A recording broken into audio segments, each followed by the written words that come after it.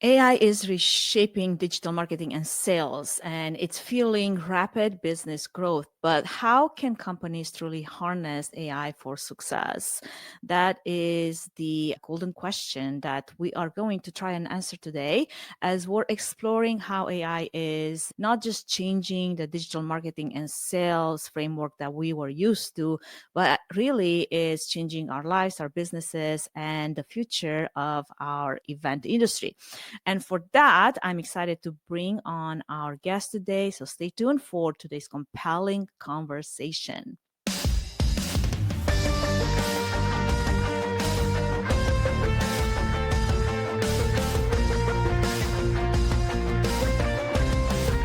Welcome to the Events Demystified Podcast, where we demystify the world of in-person, virtual, and hybrid events, AV production, and AI technology by sharing practical tips, tricks, and strategies to help your event succeed. This podcast is brought to you by Treefan Events, a woman-owned boutique event production agency that caters to event professionals, small business owners, and entrepreneurs. We specialize in AV and AI education, integration, automation, and implementation, all based on our Fit for Events framework, which focuses on futuristic AV production, innovative AI technology, thriving audiences, and empowering behind-the-scenes teams. And your host, Anca Platon Treefan, with over 2 decades of hands-on experience in event production, event management, and now AI technologies and cybersecurity. Welcome, friends, to another episode of the Events Demystified Podcast, where we break down AI, AV, and leadership with a focus on empowering event professionals and entrepreneurs. I'm your host, Anca Platon Treefan, and today I am super thrilled to welcome Arias WebsterBerry, an expert in digital marketing, AI-driven sales, and business growth strategies. Arias is a digital marketing expert, entrepreneur, and master sales coach with a track record of helping businesses scale and generate significant revenue. As the founder of multiple companies, including WebsterBerry, Marketing, and Launch Ignition AI, he specializes in innovative branding, sales, and marketing strategies. With over a decade of experience, he has helped businesses generate over $112 million in revenue. And beyond that, beyond business, he's also the executive producer of the Hip Hop 101 Music and Art Festival, where he has collaborated with Grammy Award-winning artists such as Janelle Monáe and Common. His influence extends to mentoring over 400 sales professionals, blending leadership, marketing, and now AI to empower entrepreneurs worldwide. Without further ado, then, let's welcome Arias to the show.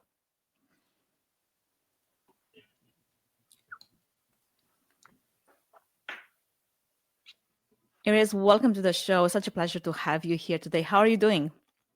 I'm doing amazing. Thank you for having me. Well, I'm so glad to have you and to entertain this conversation with you. I mean, you have such a diverse background, and I can't wait to dive into digital marketing, AI strategies. But before we do that, I have to start with an icebreaker. I usually like to do that. So your experience, as I mentioned, spans digital marketing, sales coaching, even the music industry, which is super cool. If you had to maybe create a soundtrack to your entrepreneurial journey, what song or genre would define the key moments in your career and why? Oh, that one's tough. I would probably actually, I just had a birthday, and the song that I came into was Rock Boys, Jay-Z. It's a song about kind of coming from nothing and making yourself into something and being able to toast and celebrate your success and then quickly get back to work. So, yeah, Rock Boys by Jay-Z. I love that. Well, is it then okay to say happy birthday, belated birthday? Yeah, it was just a few days ago. So, yeah. Fabulous. Well, I hope you had a great celebration. I tend to celebrate my birthdays every 5 years, and that gives me this false idea that maybe I am 5 years younger than That's the way I to know. look at Don't it. ask about the math. The math makes no sense. Hey, look, if it works for you, if you like it, I love it. So let's just go with that. So happy birthday. Happy belated birthday. I'm happy that you are here celebrating with us on the podcast.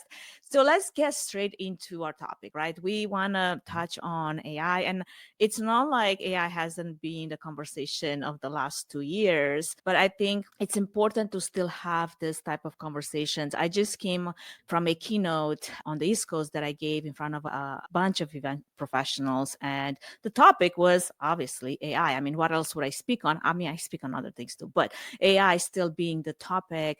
And what was curious to me is as I'm going through my outline and I'm asking all the questions, because I really like when the conversation is a two-way street. I get to learn from the audience as much as they get to learn from me. And it was so interesting to me to realize that there were a lot of people in the audience still struggling with prompting, like just the simplest of things, right? And here I am thinking, we are way past learning how to prompt an LLM. We are way past learning how to use AI at that level.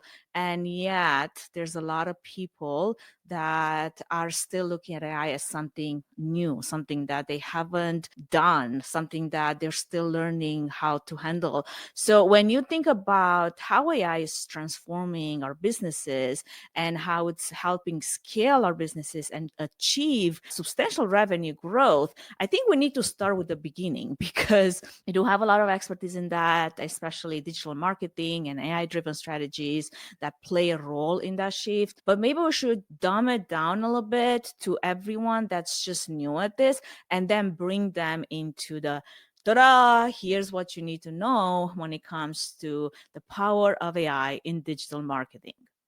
Yeah. So, I mean, basically, if I were new to this thing, what would I do? Basically. Isn't that hard to put yourself back in those shoes? It is because we not only use it to answer simple questions or kind of ideate, but we've built whole AI systems and we've infused it into multiple softwares that we've built from the ground. So it is a little more difficult to start from the beginning, but I'll do my best. I would say if I were starting from the beginning, and let's say if I were in the event space, I would look at some of the tedious things that I do not enjoy doing, right? Some people are super creative and they're really good with coming up ideas for names or titles for events or something like that. I would probably start there, right? And letting it help me come up with ideas or let it help me write emails, right? Something like that. I think one of the biggest things that people who are new at this forget to do is to treat AI like any other person that you're introducing to a subject for the first time. When you open a chat, you need to start by giving it some background information, just like you were onboarding a new employee into your company, right? You wouldn't bring them on and say, hey, take the hardest thing that I've got and do it perfectly the first time and don't ask any questions. You would start by saying, hey, this is the name of the company. Here's our mission and vision. Here's the objective. And also the bathrooms over there, right? So just start by kind of giving it a little bit of time to get up to speed with what you, at least some subject matter, and then start to ask it to, accomplish some tasks or help you get some things done. And when you take that approach, prompting becomes easy. You may not be the best at prompting, but if you can give it some background information, it doesn't really need a lot from you in order to start generating things. Yeah, absolutely. And I think that's where I think people get a little too tangled into trying to come up with this technical mile-long prompts when at the end of the day, it's a conversation. It's giving it some context. And sure, you can go zero prompt shotting and see what you get. But if you give it some context, maybe then you'd have a better chance at a better output. Because I see a lot of people trying to just do that. It's like, let's just say an example here, help me plan an event in Boston next week. I'm like, okay, I'll help you Right. plan an event in Boston next week. But what about if you start giving a little bit more details, like help me plan an event in Boston next week? Obviously, that's the timeline. It's impossible. So just go with me. For, say, marketers that plan events in this specific area of the industry, they're all maybe in sales, event technology sales, and we would like to accomplish this three things. And we also like to have some fun and maybe incorporate some gamification into the event, maybe allow people some breaks in between the sessions so they have time to network, whatever. Now you give it something to work with versus just something that's like so blank and like there's not a lot of information. It can give you everything, like anything that you could think of. Obviously, the database has been trained on, it's large. So start there. I love those things that you just said. Now, as we move into, let's take it to the next level. Now we're talking about scaling. Now we're talking about achieving something. And for most people, it's like, okay, so how can I make money with AI? That's one of the main questions. Like, yeah, I get that part where you ask it to ideate, and I get the part where content creation is a thing, but like, I'm not a content creator. I don't necessarily want to do that, but I want to make money. What do I do next? I mean, the use case is difficult for everyone. However, AI is limited by your imagination, right? First off, if you're not using AI, I don't know what you're doing. AI isn't the future, it's the now, right? And if you're not at least trying to do something with it, then you are so far behind. I would urge you to stop whatever you're doing and just start. But how would you make money with AI? Well, I think the easiest way to make money is to amplify and speed up whatever it is you're already doing, right? Figuring out ways to get it into your workflow. So if you can get it to maybe respond to a RFP for you, if you can get it to come up with the budget for you automatically, it may definitely need some tweaking and a human set of eyes to make sure it didn't give you a $40 million budget. But the amount of time it would have taken you to do the research, put that into a spreadsheet, all those things it can do in a couple minutes instead of a couple of hours. Those are the easiest ways to help you make money, by cutting the amount of time that you're spending doing very tedious manual activities, especially when it comes to data entry and creation. Other ways you can utilize AI, and some of the ways we're using it in our company, is we're doing omni-channel communication. So one of the things we'll be rolling out next quarter is the ability to let AI have conversations across a multitude of platforms. So that's text message, email, social media, even voice. So having conversations with people through voice. Now, arguably, that's been around for a little while. It just hasn't been something that the average business owner or solopreneur has been able to use. With our software, Ignite Funnels, we actually give it the ability to take action. So when it's having a conversation with the prospect and they say, yeah, that sounds great, I'd love to talk to someone about getting signed up, or I'd like to learn more, it now has the ability to check my calendar and see what dates I'm available. And it can have that conversation in real time and say, hey, are you available tomorrow or Friday? I've got 2 p.m. tomorrow and I've got 4 p.m. Friday. And they can pick and it can create a calendar invite, send that out to them, send a text, send an email. It can also process payments, right? So you have a conversation and they say, yeah, I'd love to get started. It'll say, okay, well, check your text message. I just sent you a link to pay. Or it can take the credit card number over the phone. So those are some ways that you can empower it to start actually making you some money or helping you do what you do faster. So I can see the practical application of that, especially for coaching, right? Because that's mainly a large part of your background. Let's take that practically and see how would we apply it to, say, event registrations. Historically have struggled with last minute registrations, and lately it's been even harder to determine who's going to be at your event that you put so much time and effort and money into it. And many times is just the weeks leading to the event. By then, you already had to make some very important decisions as far as booking the right venue, the right space for the right amount of people, and having all these variables impacts budget tremendously. So I'm curious if there's a practical application that you see in this scenario. Yeah, there's a lot of things you can do. So one of the things, especially when it comes to show rate, we know that if you are not following up with attendees regularly, chances of them remembering, many times, even if they bought a ticket, if it's not a free event, your show rate can fall through the floor, right? So if I were looking to utilize this for registration or to help people with show rate, I would be setting all kinds of automations, just simple automations to go out, but then utilizing AI to do dynamic responses. So Mhm. allowing it to say, if you send out an email and they respond, have the ability to analyze not only what was sent out, but also what they responded to and formulate a unique response that is contextual. When it comes to simple things like, hey, what about parking? All these text messages and emails and phone calls that you get day of, during, asking, where do I park? I mean, that wasn't covered in the many emails that you sent out, but nobody really read the Right. email. I've spent 40 emails and every single one of them has told you everything from dress code to all but a picture of a bathroom stall telling you where the bathrooms are, but you still need to call. So, yeah, I would say giving AI enough information to be able to have those conversations dynamically in real time is a great way to cut the amount of time that you are answering the phone or having to designate someone to text back or call or do a live chat or check emails, all those different things. It can handle that by giving it a set of information that is not going to change. And yes, was in the 20 emails that you sent before, but how people are, they want information when they want it.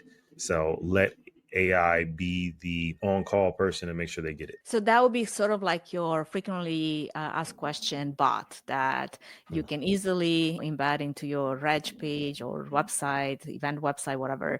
And it does that first level of like support that you just mentioned, where like people have some random questions that were already covered several times before, but you never know, like they never read them. Who knows? People just came through a lot of information these days. So I think that's great. And like you said, it does free then your team members to do other things, other important tasks that are necessary. Do you think that's also necessary for someone to still be that human oversight? Because, like, for example, I flew from the East Coast a couple of days ago, and I literally had this super tight connection between Detroit and Minneapolis, and I knew that would be impossible to make it. So as we're descending into Detroit, I already got a message that we're boarding and this other gate was going to be in a different terminal. So I'm like, unless I'm Superwoman flying from this terminal to the next terminal, there's no way I'm going to make this connection. So I'm already on the Delta app trying to either find a different connection or figure out what to do next.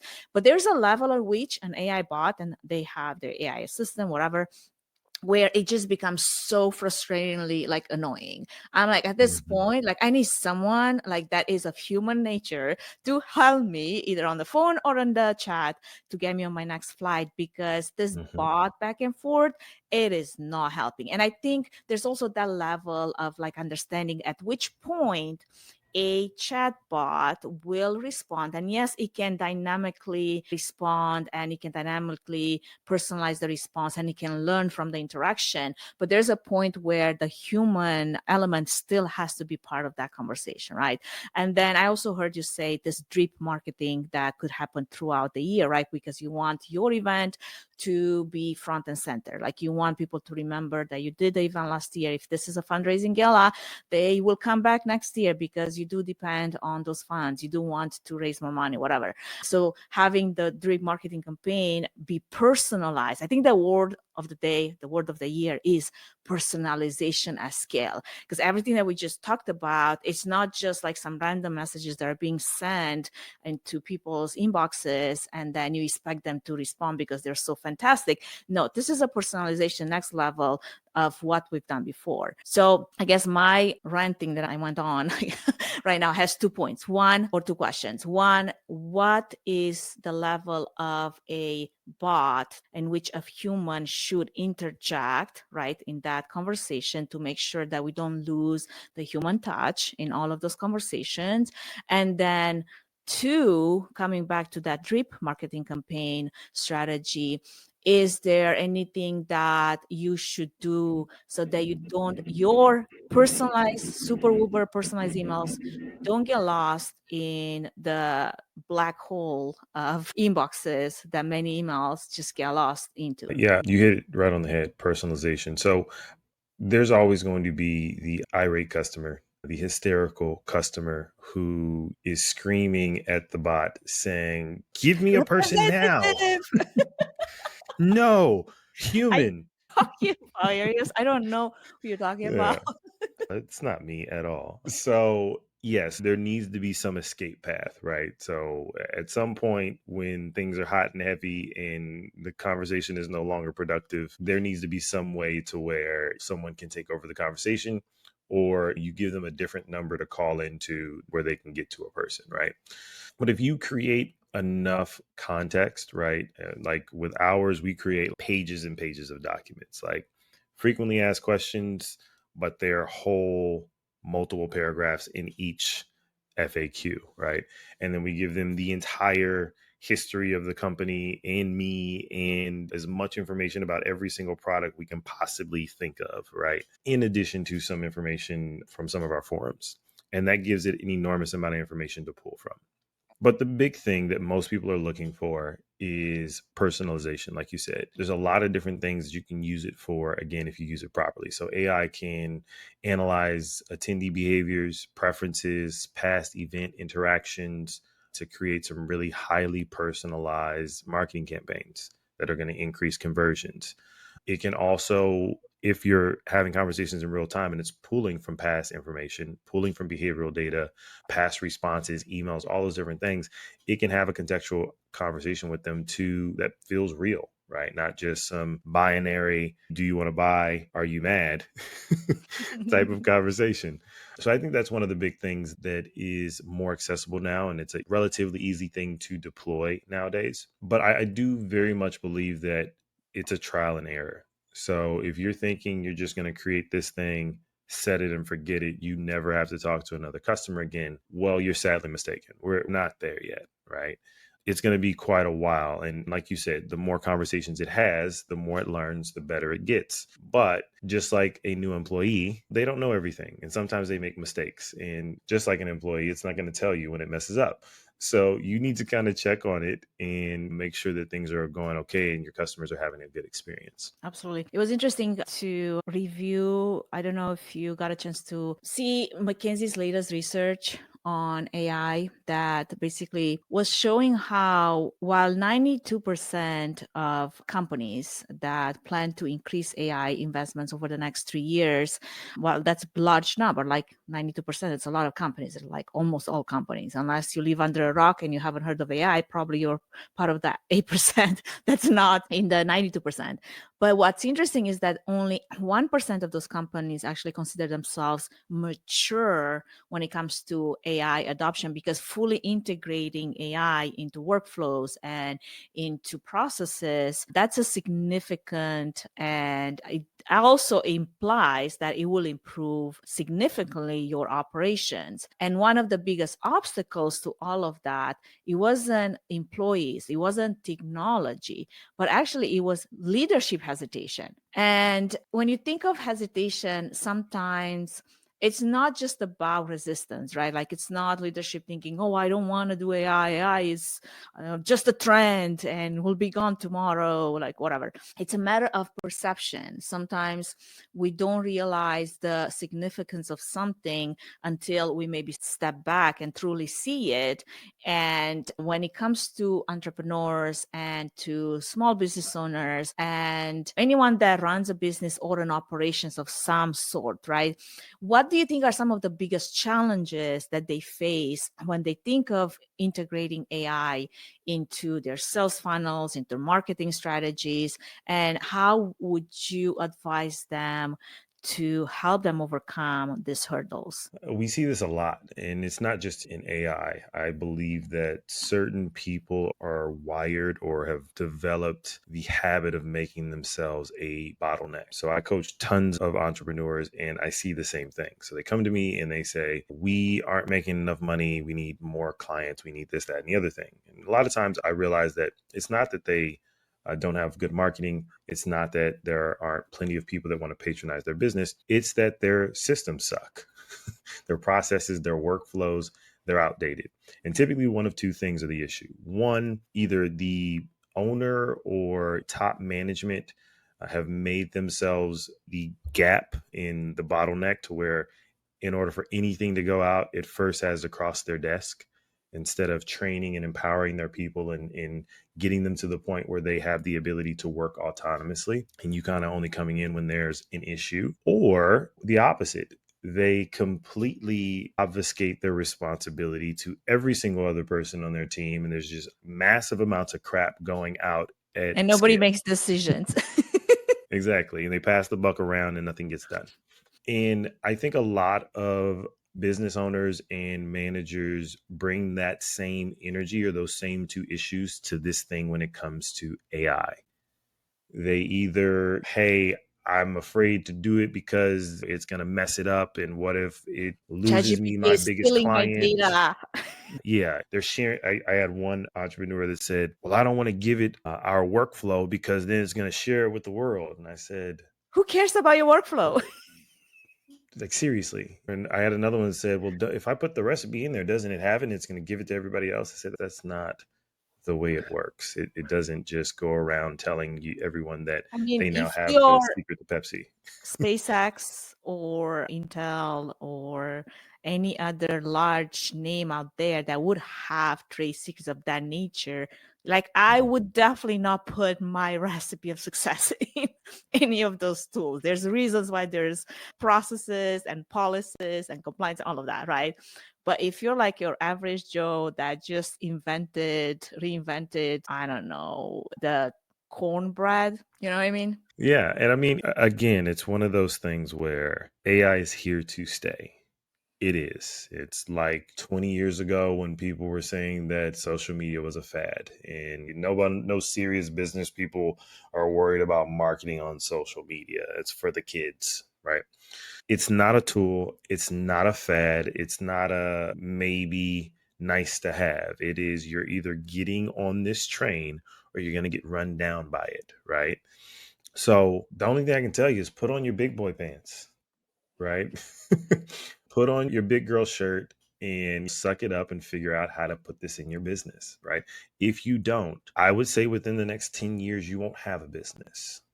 I'm going to say that across all industries. I don't care if you're in events. I don't care if it's healthcare, insurance, automotive, marketing, doesn't matter. There is some kid in a garage somewhere figuring out how to eat your lunch from his mom's basement. Okay. So you either figure it out now or you're going to be Blockbuster getting their head cut off by Netflix, right? You need to figure this thing out. I can't say it any plainer than that. If you do not figure out AI in your business, you're screwed. So let's talk about granular, like a bit of like help these people out examples, because overcoming this type of challenges obviously requires the right mix of strategy and innovation. And sometimes people are just not that. They could be leaders, they could have many letters after their names, smart people, but that's just not their strong point.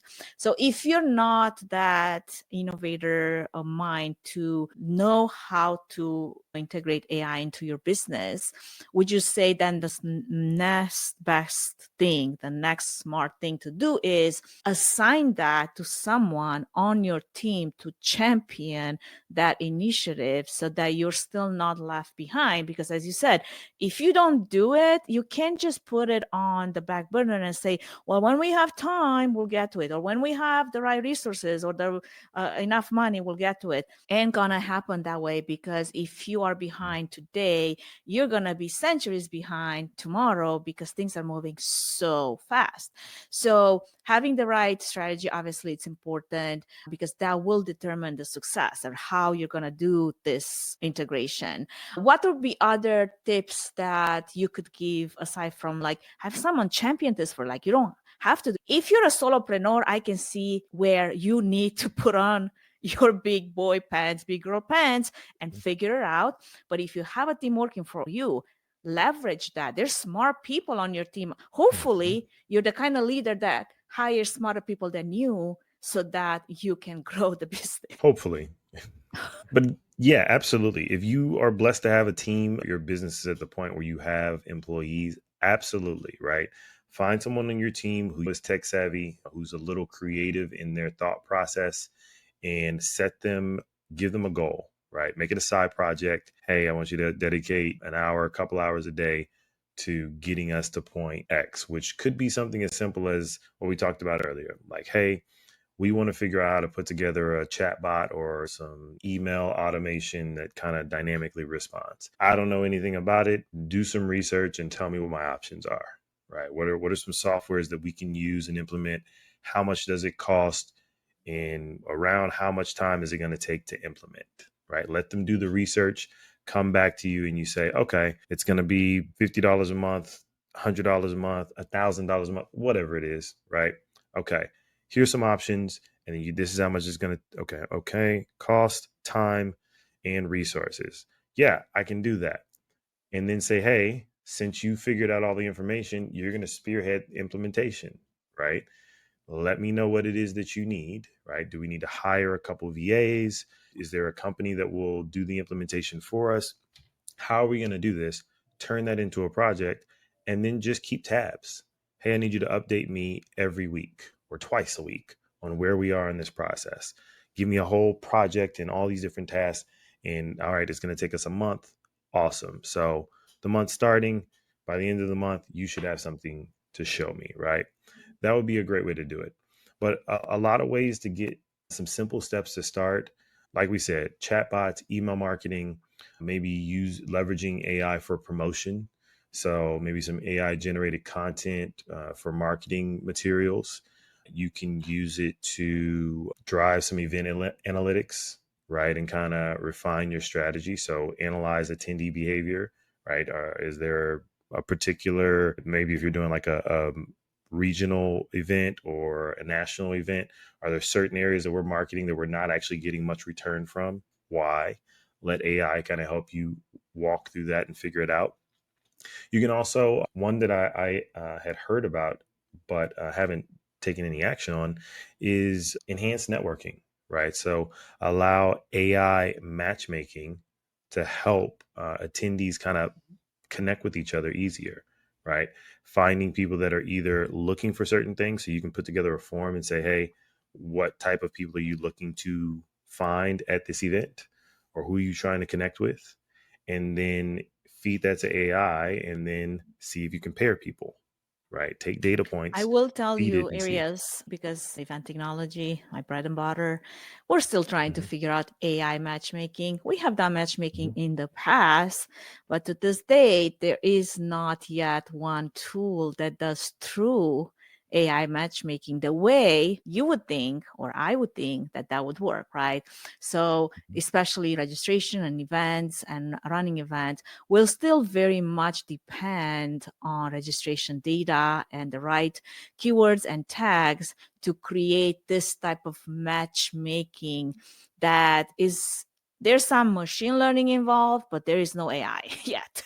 And I know mhm, there's large companies out there, we're not going to name any names, but they know who they are. They are trying to solve this. And I think 2025 will be the year where this will turn into a true solution when it comes to AI matchmaking. And I've been at enough events to know that we're getting there, like slowly but surely we're getting there, but very much so, you were still relying on the data that we collect that an attendee is going to provide you with or not. So if I'm an attendee that doesn't want to reveal any whatsoever information about, say, what my interest might be or what some of the people that I might want to meet with or vendors or suppliers or sponsors, there is no AI yet to go and check Anca's LinkedIn profile, because you don't have to ask Anca what she cares about. All I have to do is go and see what she writes about, go and see what her social mhm. says about what she cares about, because it's all there. It's in plain sight. Right now, we don't have that solution, but I know there's a lot of companies with lots of money putting a lot of drive behind what this will look like. So by Q4, I'm hoping that I could have a conversation and get into that at another level, because that would be interesting to see what that plays out. So one of those realities of like going back to the McKinsey report, how a lot of people talk about AI implementation, about integration, AI this and AI that. But when you try to peel the onion, you realize that it's not really that automated. That process that you talk about, it was like something funny that I was reading on LinkedIn recently, where this automated AI company was actually revealed that one of their solution was relying on people to create this automated processes for their AI Mhm. automated automation. And it's just like this like circle of like, okay, this Mhm. is insane. Like, can we all be honest that we're still trying to figure out? Can we all be Yeah. honest, say this is not solved and there is no one solution right now, but we hope that this will be, because it'll make my life easier. If I go to an event and I want to go to network with the right people and have conversation with the people that would actually bring more meaningful to me and the things that I care about, I'm all for that. Please, somebody figure it out, right? And I think there's a lot to be said about starting small, right? And using the tools that you already have, using the data that you already have to then implement AI strategy and make that OKR, your company's OKR for the year, to figure out how does AI, what role will AI play in helping my business optimize some of our processes. So let's just talk about maybe customer, like attendee's journey, a customer's journey that will drive sales. There's two sides to this. Like if you're a coach, right, you want more customers because that will drive more sales to your business and to your coaching, right? If you're an event organizer, you want more attendees. That would also mean more ticket sales, more revenue for your sponsors, or more opportunities for your sponsor to be in front of the right people. How can you incorporate an AI strategy that will determine success as you're looking at those two paths? There's a couple, right? I mean, it starts with good content, right? Content is king. We all know that if you can get people to latch on and you can create messaging and content that makes people fear missing out, it's more likely that they're going to come to your event. A lot of people are not gifted in content creation, right? They don't dream of amazing videos or graphics that will capture the imagination of their customers. So I would say the first place to start in order to help make some more money, drive traffic, is using AI to help you come up with ideas and create better content, right? Number one. If you're not doing that, start ASAP. As far as trying to fill seats and boost engagement, I would say utilizing lead scoring, AI based lead scoring, to find people that are, especially if you have a platform such as ours, like Ignite Funnels, that gives you access to behavioral data, letting that help you find the people that are actually interested, right? You got a huge database of people over, many years that have been to various events, and you're just kind of mowing through them like, hey, lead number one, call or text or email.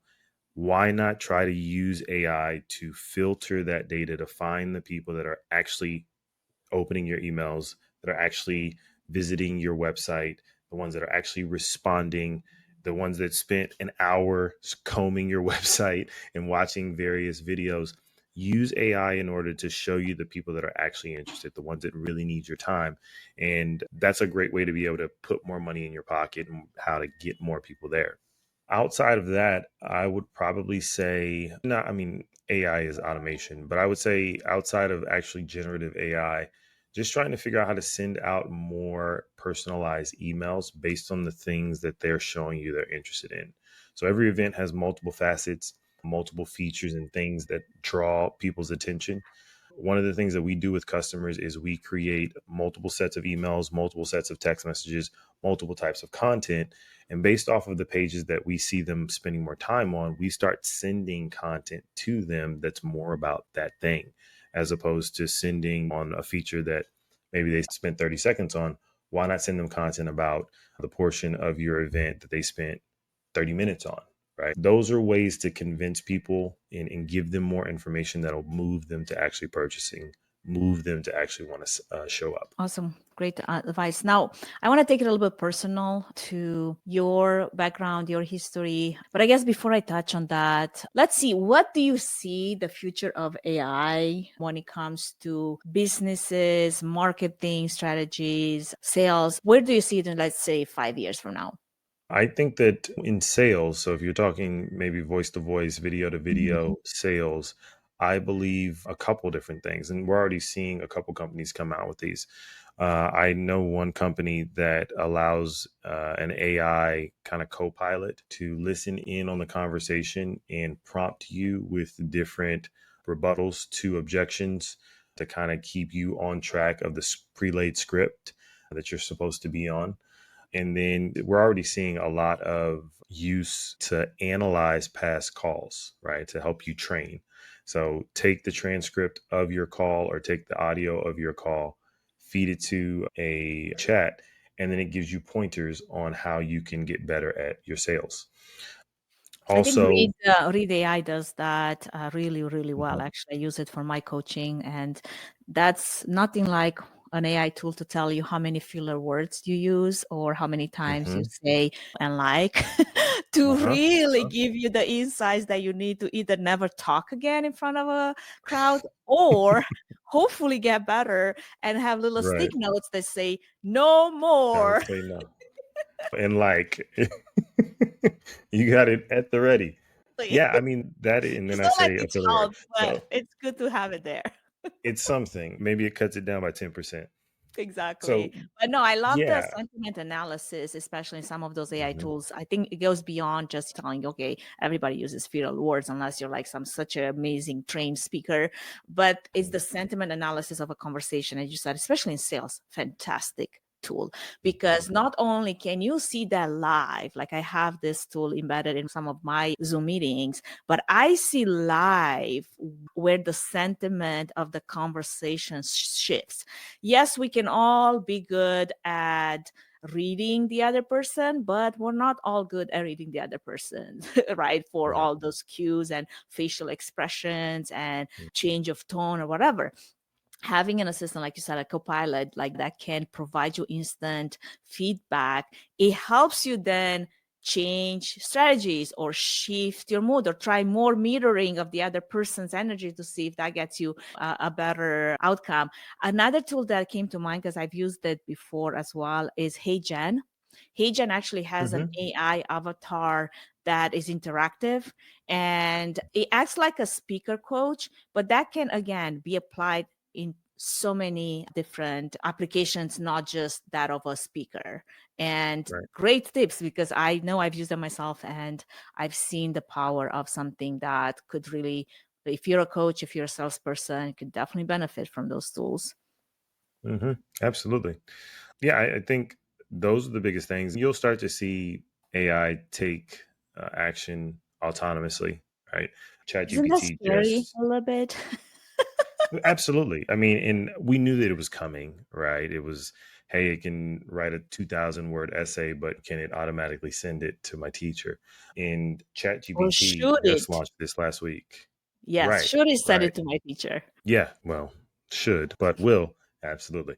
But ChatGPT actually just rolled out operators. So its ability to take action on websites independently, right? You can set it on a task, and not only will it do the research, but it'll actually complete the task. And that's where we're going to see the vast majority of it starting to happen, right? It's got enough data, enough understanding, enough context to understand what you are asking it to do. And then it will set itself to actually complete the task while you go grab some water or go for a run. Absolutely.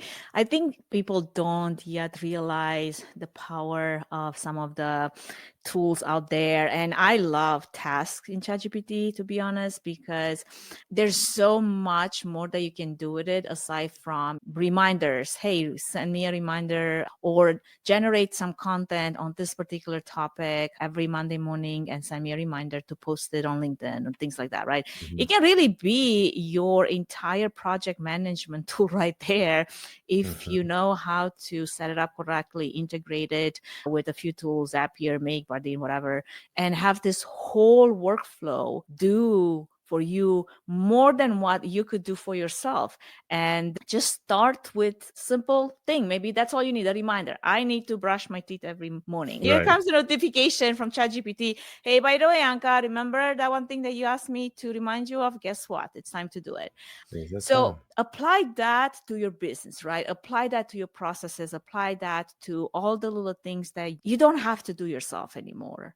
Find this assistant that is already trained on so much of your content, so much of your processes, so much, train as much as you let it to, true. But if you were to train it properly, it has this bank of knowledge that you can then leverage and put it to good use. Any other things that come to mind as you're thinking of the future of AI in marketing, sales, business operations between now and say year 2030 that we're racing towards at a neck Oh, yeah. price speed?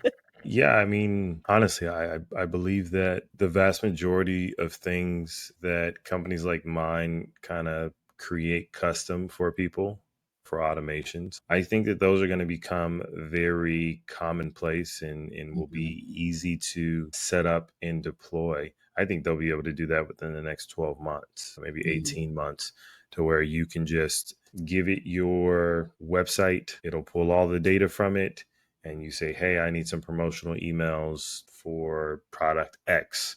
And it will formulate and it'll say, hey, upload your customer database, or better yet, why don't you just give us access to the contacts in your phone? Press yes. And it'll pull all of your contacts, and then it will start sending out emails. And there's a couple things that do that currently, but I believe that they're still in their fetal stages. In the next 12 to 18 months, those things are going to be common, very common, but they'll be common for people like me. I don't think that the average user will trust it to create things. But by 2030, I think that the vast majority of simple business marketing sales tasks will be fully automated and autonomous. I don't believe that there will be many things that it won't be able to do. And unfortunately, at the same time, I believe that a lot of people are going to be put out of business.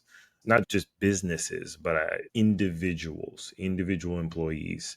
A lot of things that you would employ a virtual assistant or a secretary or something like that to do, AI will be able to do it faster, cheaper, more accurately. And unfortunately, that's going to spell some harsh times for those that are not getting in a position to take advantage of this technology. So get up to speed, people. I think when it comes to unleashing AI, say, onto my contact list, I would like it first to do some segmentation, like do some proper segmentation so that if you're going to send all this customized, personalized emails, they go to certain segments versus just go to Mhm. everyone, including my grandma that doesn't care about this one thing that I do, nor has she Yeah. ever heard about it in her life, right? So I think that's important. Another thing that I would like AI to do now or in the near future is go through my collection of 8,000 pictures in Dropbox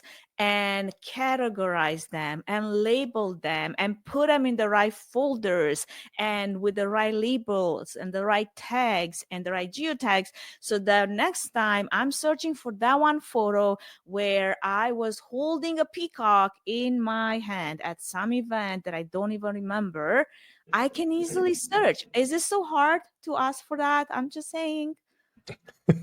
Actually, Google is doing a great Just a job of that. little bit of that, but like for example, Dropbox, because the majority of my Yeah, photos Dropbox. have been stored on Dropbox forever.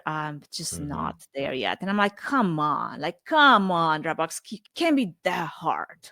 I don't want to spend hours upon hours to just sort my photos. Yeah, I think when it comes to third party repositories, it's more difficult because sometimes the way information comes in, there's no context. So if you say take a picture on your phone, then it has the geo information, right? If you have it turned on, so it's got Yeah. date, time, and like the literal GPS location you were when you took Yeah. it. It also has some kind of back information that, hey, this is Anca. We know her. This is when she was young and now, like 20 years ago and now, right? But for Dropbox, like people just kind of dump stuff in there. It may not have any information. It may not be labeled. It's just file F59 double triple 9 6, right? There's no GPS data. There's nothing. And I do think that they need to do a better job of trying to implement some of these AI tools. I'm Some sure that's on their integrations. workflow. Yeah, Yeah. like some To integrations easily where, kind of get that information to transfer over. yeah. But that's also why I personally, I hate Dropbox. I'm literally It's just clunky. sitting on it right now, and I don't want to do the work to sort it because I'm hoping that in the next year or so, with all this AI development, they will end up doing something about it. So I'm just like, yeah, I'm still going to try to find manually that one photo of the peacock that I cannot remember when it was taken and what month, at what place. Yeah, but that's just one of my personal challenges and problems that I'm here trying to solve on my own one of these days. What I would like to touch on is because you mentioned how beyond digital marketing, sales, and AI, and all the things that you do, you also mentor a lot of sales professionals. I'm curious because that's a lot, right? There's a lot of people in your life to mentor. And I want to know the why behind it. Like, what drives you to take on the role of a mentor and do a good job at it? There's people that are really good mentors, and there's people that, let me tell you, they should probably be out of that job and find something else more meaningful to do because I don't think they serve that purpose well. It's really out of me wanting to give back and hopefully give other people a shortcut that I didn't get. I struggled in entrepreneurship for a really long time. I didn't really have a lot of mentors early on. Mhm. I made a lot of mistakes and we found some success. And now people come to me and they say, hey, I know you do marketing or I know you do sales and you've got several businesses. So they just have questions. And I love business. I love marketing. I love sales. So I'm all up for talking about it. I'll talk about sales with my grandmother if she wants to listen. So I love it. So it's not hard for me to want to talk about it. And if I can help another entrepreneur, if I can help another professional cut the amount of time and the amount of mistakes, then it's something that I love doing.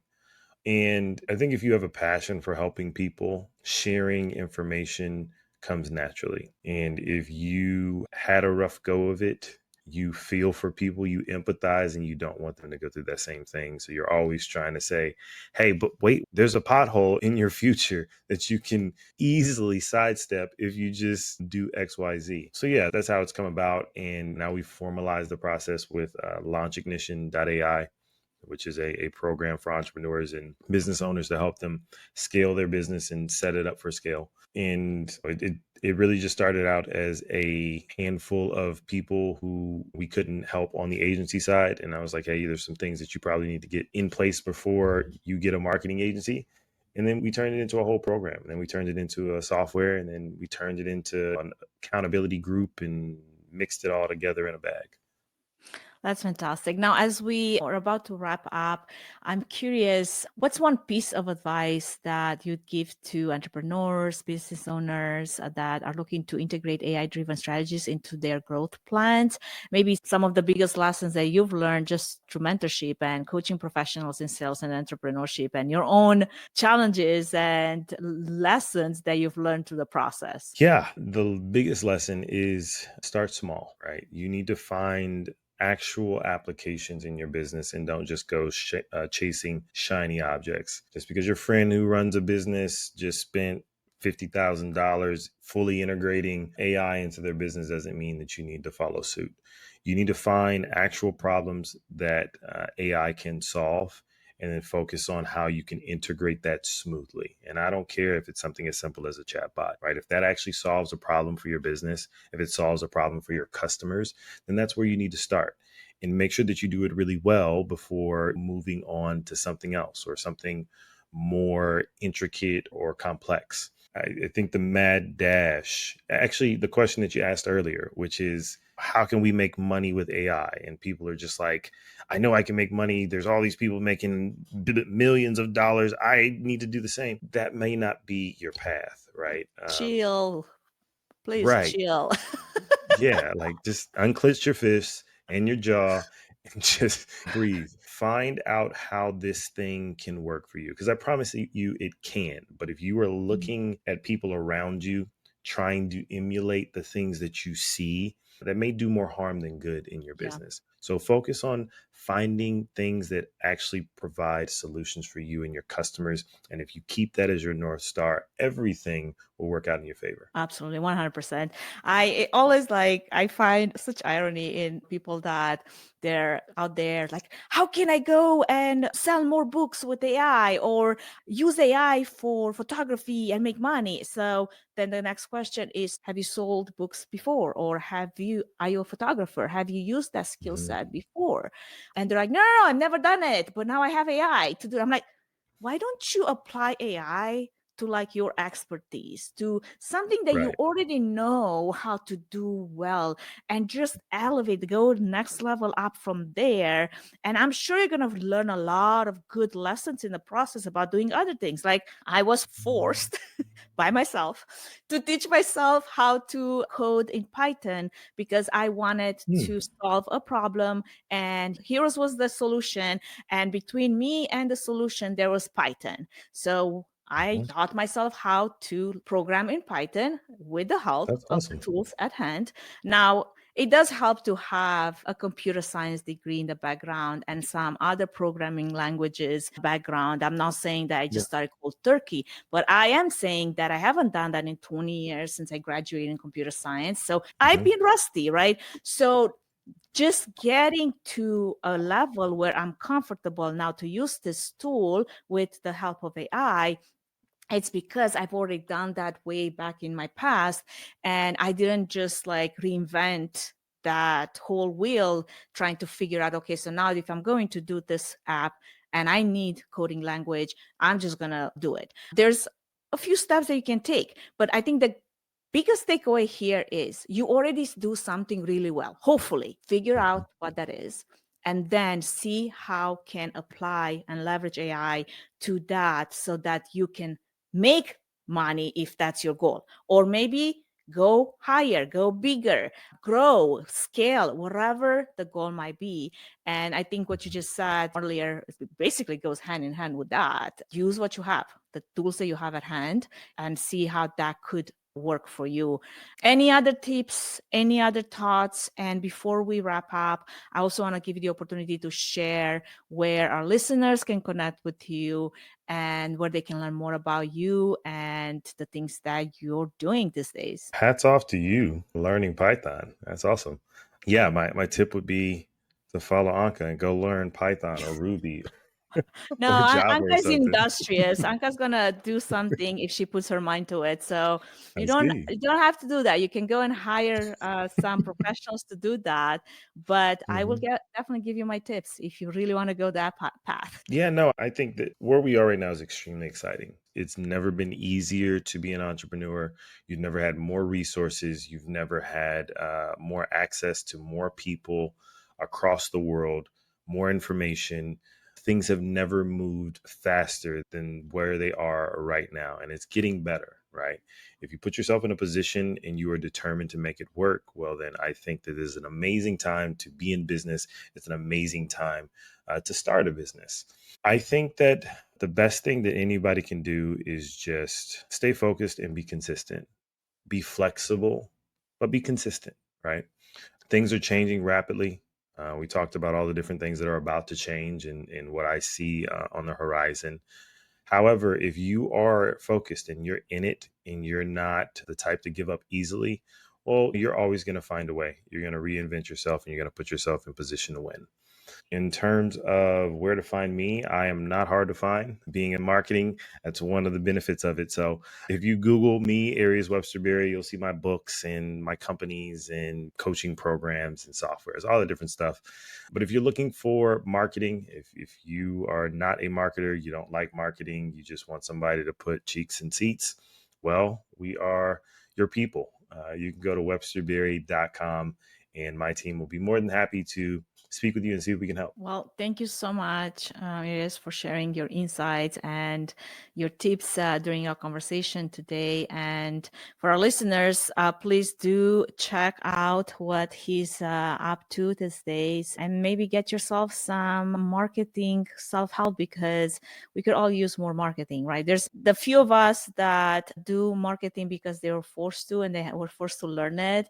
But there's some that would rather have someone else do it and gladly pay a pretty dollar to make it happen. So if you're that person, please do yourself a favor and do it. Don't do it badly, because it won't be a service to your business or your reputation, and also trust with your customers, which is important. All right. Well, that kind of wraps up our conversation today. So if you stayed all the way till the end, and if you enjoyed today's conversation and the episode, please do subscribe, leave a review, and share it with your community. And until next time, I'm going to piggyback on what you said, Arias. Stay curious, stay consistent, keep innovating, and explore how AI could work for you. I'll see you next time. Thank you for listening to the Events Demystified podcast. If you enjoyed this episode, please share it with other professionals like yourself. If you're interested in learning more about TreeFan events, including our future AI education talks and workshops, or to see how we can support your next event, book a free 20-minute consultation through the link in the episode notes. Don't forget to subscribe to the podcast and follow us on YouTube, Spotify, and social media for updates on future episodes, industry insights, AI news and tips, and more. And if you have any topics you'd like us to cover, feel free to reach out.